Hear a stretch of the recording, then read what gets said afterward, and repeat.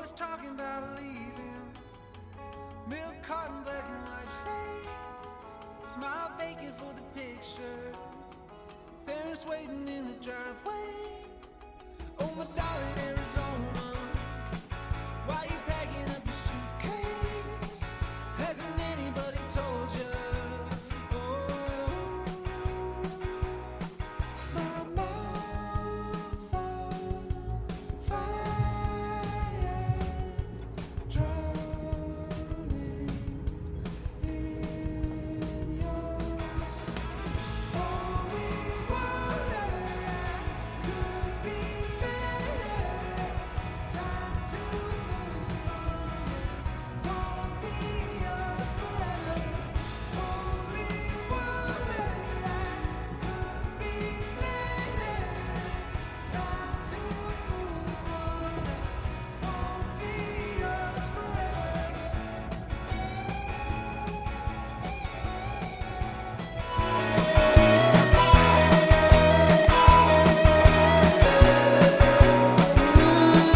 Now waiting in your basement, blood stains on your pink dress. Don't you leave me on the pavement. You so good in that. But don't you cry, Arizona. I never wanna see you that way. I'll be a milk carton, darling. Leave me cut color. Holy water, could be better. It's time to move on. Won't be yours forever. Holy water, could be better. It's time to move on.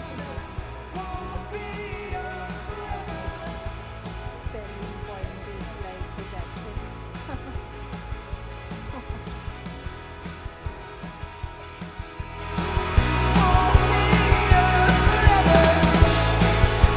Summer, this 1 month break that I got has been great. I have been relaxing, napping, meeting people, socializing, going out, and yeah, it has been great. But I wanted to I was speaking to a friend, and we were talking about our lives and our fears and things in our lives. We were updating each other, and I recently got a rejection, and in academia rejection is in any other industry also, field rejection is very common, but I mean in academia rejection is brutal, and I kind of I do not know how to deal with rejections gracefully and in a more sane way. And I kind of take it not just personally, I kind of become angry, and it's just not nice. I did go to Vipassana, and I did learn that rejections and highs and lows are kind of part of life, and how we should kind of deal with anything in our lives with stability and with calm. So I think today, although the rejection hurt me, it was a conference, and my abstract was rejected. So I've also kind of realized that as adults we have, I mean, at least for me, the more we grow up, the sense of accomplishment, not only does it become difficult to feel a sense of accomplishment, but also it becomes competitive, and there's nobody to pat you on the back to even congratulate you or to tell you that you're doing a good job. Okay, you read a good book today, good job for that. You brushed your teeth today. Maybe it was a struggle for you. You were not feeling well and you brushed your teeth, so great job for that. So nobody does that in adult life, and as children I think it's very important, right? Like we have competitions in schools, we have social events or whatever, right? And as children you do get that sense of motivation, I would say, when you achieve things.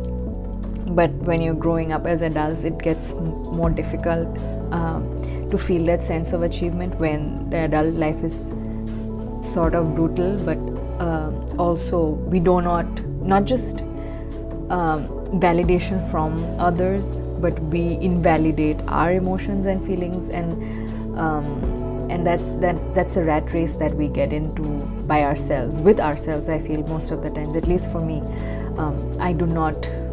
I barely acknowledge my achievements or things that I do as an adult on a day-to-day basis. Sometimes cooking my meals, nobody pats me on the back. I should be patting myself on the back, because that is a big deal. That should be a big deal, I feel. So I have been thinking about motivation and kind of motivation to keep doing what we do every day and keep showing up for ourselves. It's, as an adult, I think it's a little difficult because of very obvious reasons, that there is nobody but you to be accountable for, and that becomes difficult in when you're in a structure of an institution or even society. They keep you accountable, but as an adult, like, you are kind of accountable for yourself. And I think I'm still learning how to be a human being, how to be an adult, how to motivate myself, how to keep myself motivated despite hurdles, despite rejection, despite nobody telling me that, oh, today I did a great job because I brushed my teeth, because I cooked myself a meal. I feel, I don't know if it is I don't know, but I think it's important. At least I've realized, for me personally, I need that push, and I was seeking it from outside, but now I've realized that it has to come from within, and I am trying to cultivate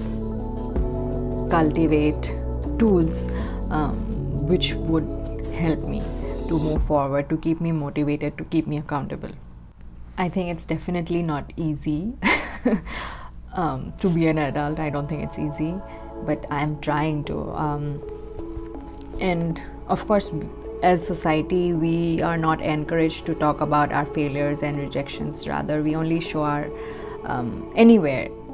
Like, we don't talk about our failures or rejections, because it's not nice, or I don't know. But I feel the more we talk about it and normalize rejections, I would personally, like, I want to, because it's not I'm just rambling, but not everybody becomes an overnight success. People have years of hard work in whatever they're doing to get to where they are now. So, and barely anybody gets what they want without failures and rejections. And I'm trying to tell myself that. And I'm trying to also not dwell on it. I think that's one thing that Vipassana teaches, not to be in the present moment and not to dwell on the negatives or the positives of life, because things change in life constantly. Change is the only constant, right? So that's something that I learned in Vipassana, and I think if I can implement that in my day-to-day life, that would be amazing, that would be ideal. But I think, again, I'm just a human, and we can sort of get swayed by our emotions sometimes.